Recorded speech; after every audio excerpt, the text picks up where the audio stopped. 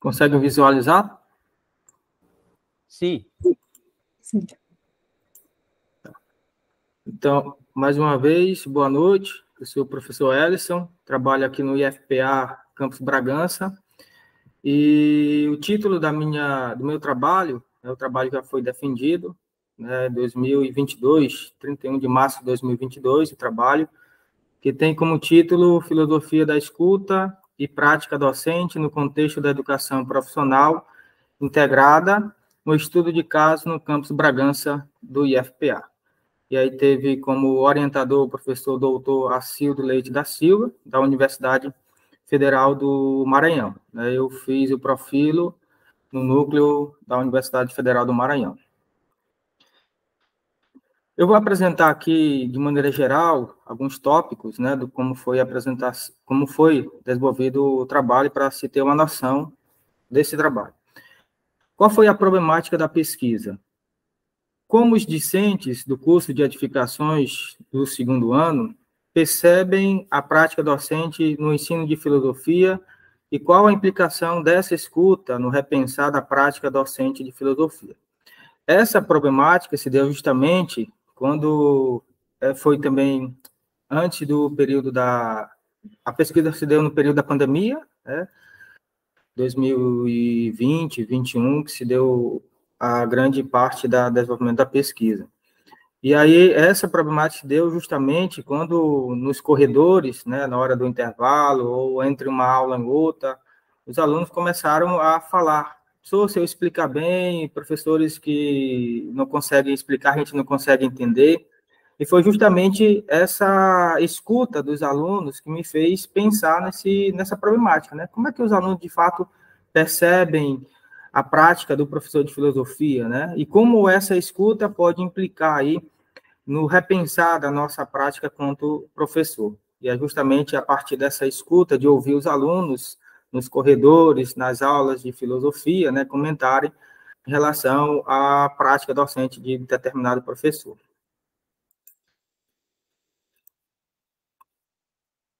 Nós temos aí o objetivo central da pesquisa foi analisar a percepção discente sobre a prática docente no ensino de filosofia a partir da escuta, bem como a sua implicação no repensar a ação docente. Então, esse foi o objetivo central da pesquisa, quando a gente foi investigar o que os alunos entendem dessa prática docente, o que é ensinar, na visão dos alunos, filosofia, e o que essa escuta pode contribuir para a nossa prática enquanto professor.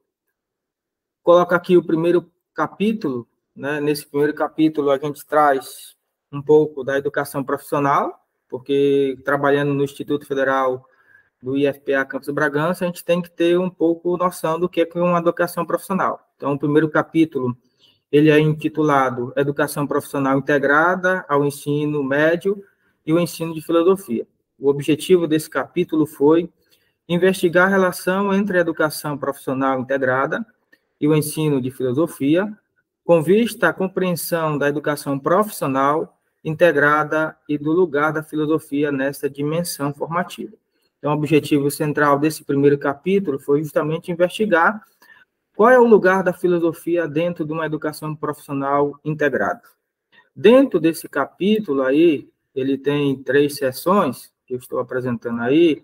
A primeira seção desse trabalho foi justamente fazer as trilhas da educação profissional à educação integrada, tecendo algumas considerações.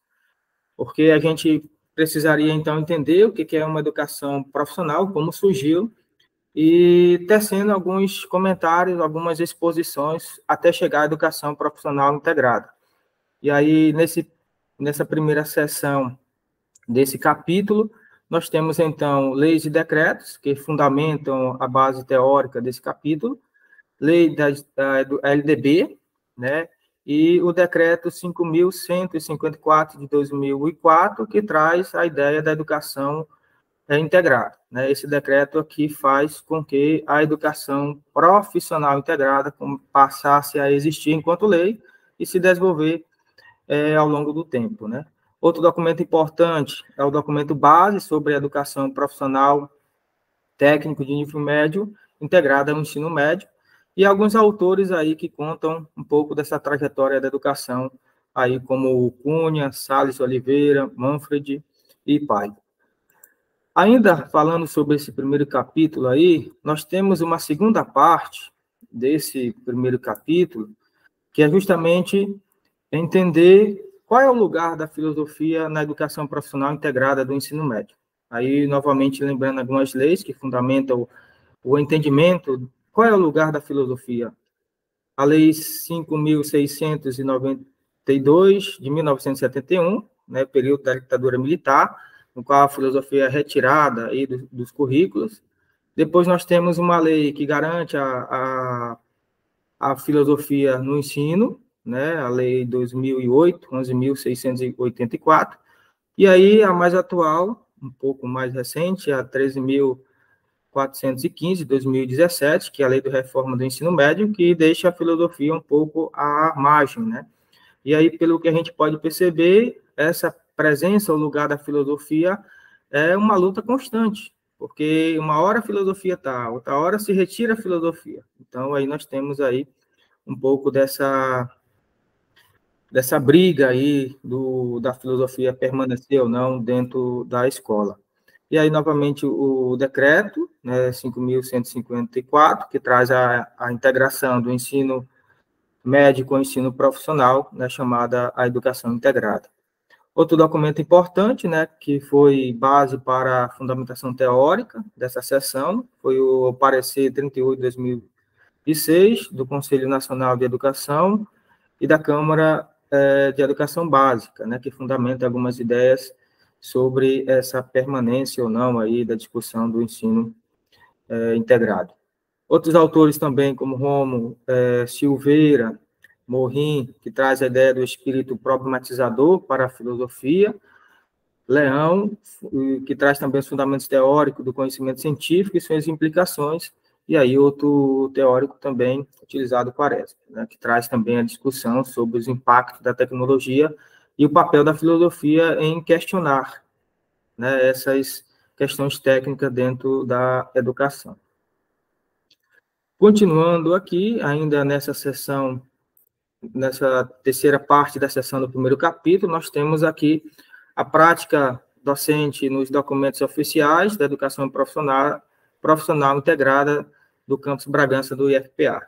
Nessa terceira parte, essa sessão, né, do primeiro capítulo, eu trago aí uma análise sobre qual é a prática, né, que os documentos do campus Bragança, de modo particular, o PPC do curso técnico em edificações, que foi o objeto da pesquisa e também do estudo de caso, e também o PPP do projeto político pedagógico do campus Bragança, que direciona como deveria, né, ser, né, como ele orienta, como deve ser a prática do professor dentro da instituição.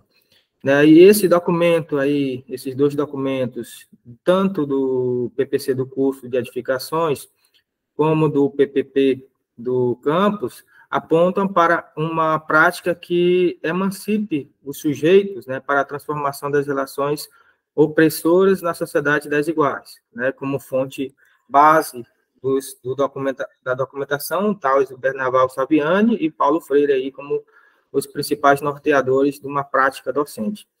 Outros autores também que trazem aí algumas ideias que fundamentam essa primeira parte do capítulo é a prática reflexiva, né, de Donald Schoen e Libânio Tardif, né, os modelos de ações. Então, nós temos aqui o primeiro capítulo, que tem um pouco uma questão histórica, né, de situar aonde a pesquisa está acontecendo, que é numa educação profissional integrada ao ensino médio. Passando, então, para o nosso segundo capítulo da dissertação, nós temos aqui a base filosófica do trabalho, né, que tem o título Aprender, Pensar e Filosofia da Escuta em Martin Heidegger. Nesse capítulo, nós temos aqui o objetivo central foi explicitar as concepções de aprender e ensinar, pensar, técnica e filosofia da escuta, aproximando-as da categoria de prática docente numa perspectiva heideggeriana e de Tardif, e sua relação com o ensino de filosofia no contexto da educação integrada. Então, nós fomos a base teórica da filosofia, um pouco tentar enxergar qual seria a prática docente, né, o que seria ensinar filosofia no contexto de uma educação profissional tecnológica integrada ao ensino médio. E aí nós temos, então, os capítulos, né, esse segundo capítulo, que traz algumas seções que nós discutimos aí no texto aí. A primeira seção traz a ideia do que seria aprender em Martin Heidegger, e uma das obras que a gente utilizou aí foi justamente O que é uma coisa, né, que não é uma obra que discute essa questão do a ensinar e aprender filosofia, mas traz alguns fragmentos, né, alguns indícios do que seria essa prática de ensinar filosofia. E aí nós temos, então, um texto bem interessante dessa obra aí, que diz o seguinte: quando o aluno recebe apenas qualquer coisa de oferecido, não aprende. Aprende pela primeira vez quando experimenta aquilo que toma como sendo o que verdadeiramente já tem. Então, o Heidegger nos traz um pouco dessa concepção de que o aluno ele precisa também ser autônomo do conhecimento, né? Outra coisa importante nas leituras do Heidegger que a gente faz, né, que entrar em diálogo não é repetir informações, né? O ensinar filosofia deve ser esse diálogo, né, com os filósofos, para a gente pensar e repensar a nossa própria realidade, e não simplesmente repetir informações. Então, aprender filosofia ou ensinar filosofia não é fazer com que os alunos simplesmente decorem informações. Outra parte, outra seção dentro desse capítulo, traz a ideia do pensar em Martin Heidegger, o que é esse pensar e que se relaciona também com a ideia do aprender. E aí nós temos que o Heidegger coloca que a pensar, nós temos que ter disponibilidade de pensar, e existem diversas formas de pensar. No caso da filosofia, nós precisamos, então, pensar, ouvir o convite que nos é feito. Pensar é lançar-se no ato do pensamento, é ter disposição para acolher o próprio pensamento que nos faz pensar. Então, o Heidegger nos coloca que a gente precisa ter disponibilidade, mas essa disponibilidade, dentro de uma aula de filosofia, ela requer tempo, não é uma coisa que, de um dado momento, começamos a filosofar. Então, requer um tempo aí para a gente ter disponibilidade e também lance caminhos, né, para que o aluno também possa ter essa disposição para o pensar. Outro conceito importante dentro desse capítulo da fundamentação filosófica é a técnica em Heidegger, né? Tendo em vista que nós estamos falando de uma educação profissional tecnológica, a gente precisa também trazer essa discussão de técnica. E aí, nas leituras do Heidegger, nós temos aqui a técnica, não tem nada a ver de técnico, é um desencobrimento dominante da técnica moderna, é a exploração, no qual o homem responde de tal maneira. O Heidegger coloca, então, no texto, a gente discute essa ideia da técnica como algo que a gente desvela, e o que está sendo desvelado atualmente é uma perspectiva de explorar os recursos. E aí, justamente, relacionando com a educação profissional e tecnológica.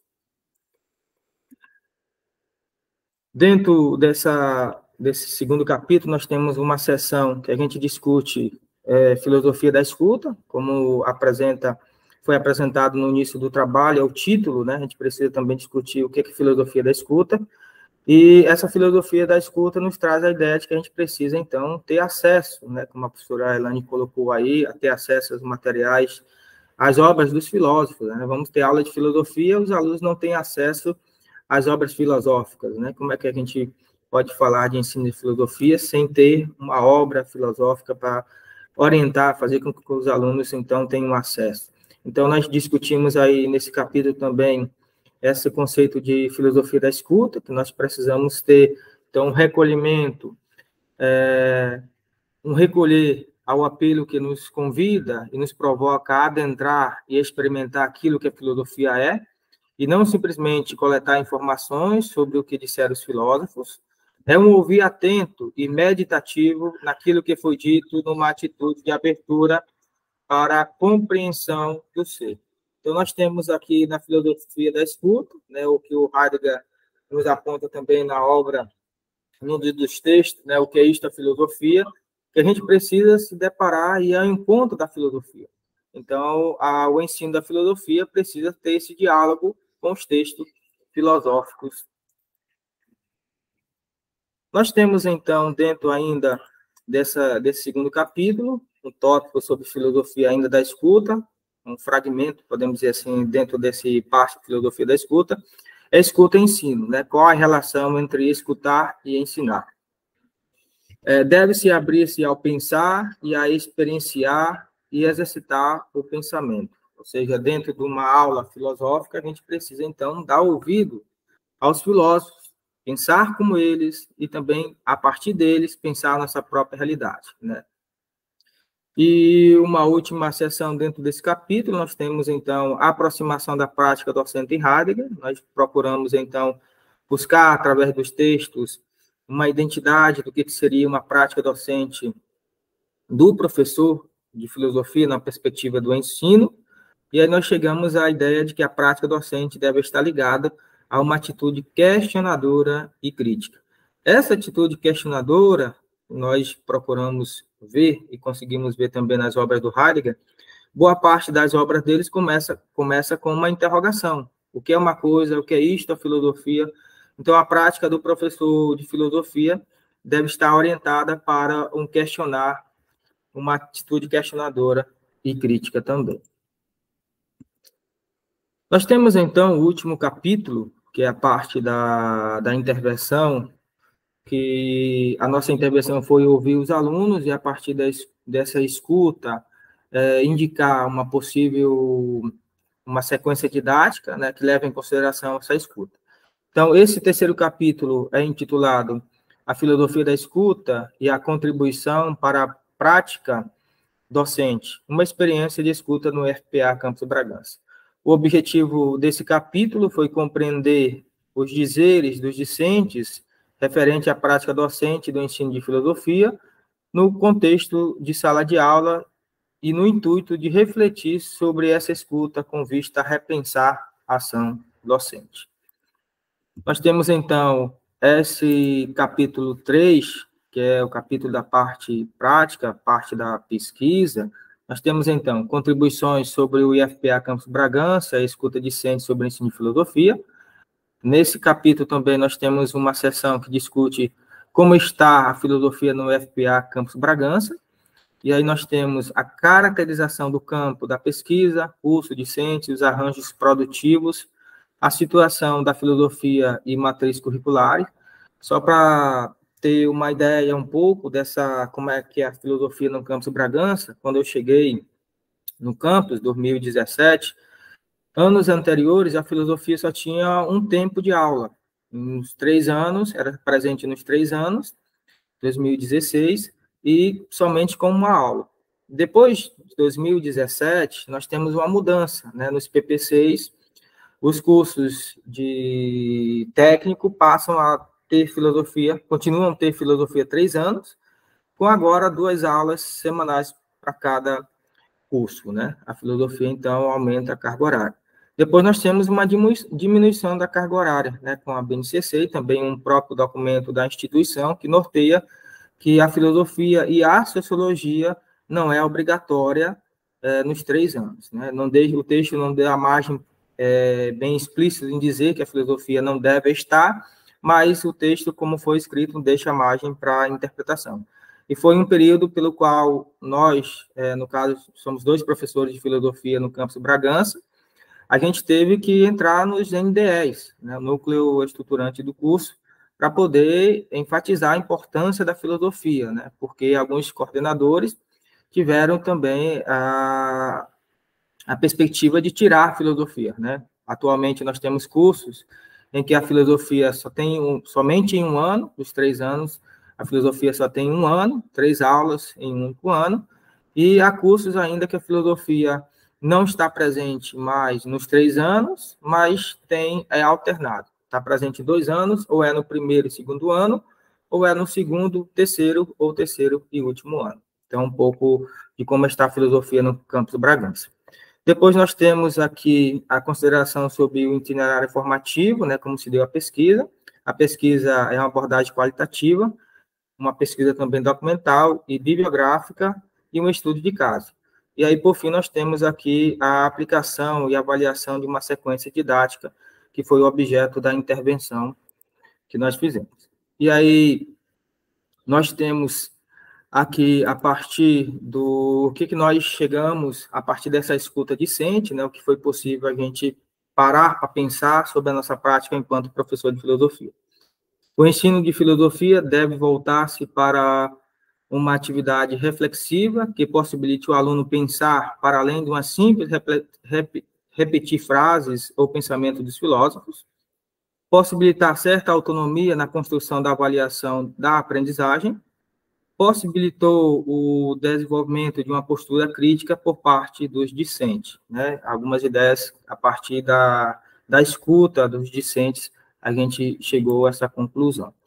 E aí um pouco da sequência didática, como foi aplicada a sequência didática, lembrando que um dos princípios que norteiam isso é escutar os alunos, né? Propor uma sequência que escute os alunos, e aí nós temos aí a sequência didática em 7 passos. Primeiro momento, os discentes devem expressar o seu entendimento sobre o que é liberdade. Esse tema liberdade é um tema que estava previsto no PPC do curso, aonde os alunos, no primeiro momento, apresentavam o seu entendimento sobre o que é liberdade. Depois, no segundo momento, perceber as ideias comuns e diferentes sobre o tema, né, o que os alunos e demais colegas apresentaram, perceber as ideias que estavam comuns e diferentes. Terceiro momento, formular uma concepção que represente a ideia da turma sobre o que é liberdade. E esse terceiro momento, depois de ouvir todos os envolvidos na sala, os alunos, né, a ideia é que os alunos conseguissem formular um conceito que fosse comum, né, como caracterizasse o conceito da turma. Depois desse momento, de formulação do conceito da turma, por parte dos alunos, nós temos o quarto momento, que é a leitura do fragmento do texto Existencialismo e Humanismo, do Sartre, né? Para aprofundar agora, depois de escutar os alunos, depois de formular um conceito, agora de encontrar um texto filosófico, no caso aí do Sartre, para eles elaborarem ou melhorarem a sua concepção, o entendimento, ampliar o seu conhecimento. Ellison, o seu tempo foi. Deixa eu terminar só a sequência didática, falta só 7 pontos, aí eu termino, tá? E aí nós temos o quinto ponto, o quinto momento, né? Perguntas direcionadas, como qual é a ideia do filósofo sobre a liberdade, o que o texto nos faz pensar, qual a relação da concepção da ideia do filosófica com a concepção da turma, né? A ideia do filósofo com o que a turma criou. Ouvir as respostas dos alunos, o sexto momento, e o último momento é uma atividade, né? A partir dessa discussão, os alunos deveriam criar um trabalho deles, né? O professor não direcionou nada, deu algumas sugestões, mas eles ficassem livres para expor o que eles entenderam do seu conhecimento que foi discutido em sala. E aí, algumas imagens aí dos textos que eles fizeram, e aí eu concluo aqui a apresentação. Desde já, muito obrigado.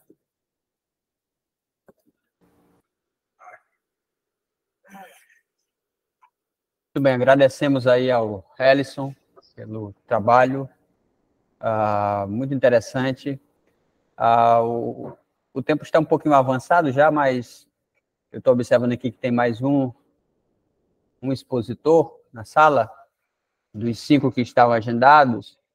Era mais para saber qual a abrangência da influência dessa escuta, por exemplo, na montagem dos PPCs, dos cursos, né? Até que ponto isso influenciou, isso moldou a formulação ou a reformulação desse PPC? Sobre a pergunta da reformulação com base na escuta, a gente não chegou ainda a fazer isso, professor. Com base na escuta, traçar algumas indicações para a formulação do PPC. Mas a ideia foi justamente criar uma sequência didática que desse ouvido aos alunos porque a maioria das vezes a gente dá um conteúdo, os alunos simplesmente repetem as informações do filósofo e pronto, acabou. Mas a ideia é justamente buscar autonomia, pensar por conta própria com auxílio também do filósofo, né? Mas pretende-se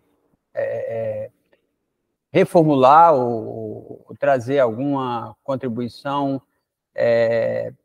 para essa reformulação do PPC, ou é mais algo que ocorre ali no ambiente da sala de aula? O propósito foi da sala de aula, né? Não tinha pensado nessa perspectiva de trazer essas informações para possível discussão do PPC. Ok. Muito obrigado mais uma vez. Então, tem aqui o Valdenilson Valdez.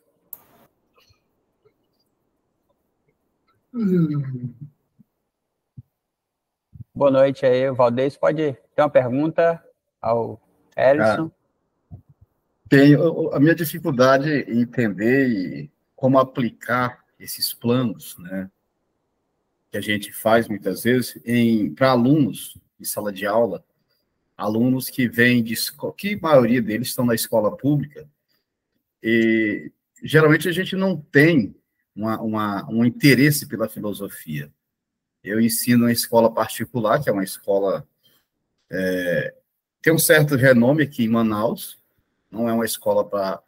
E a gente vê esse total desinteresse, e conversando também com alguns colegas da Prof. Filho, que são professores na rede pública aqui do Amazonas, eles também testificam isso, né?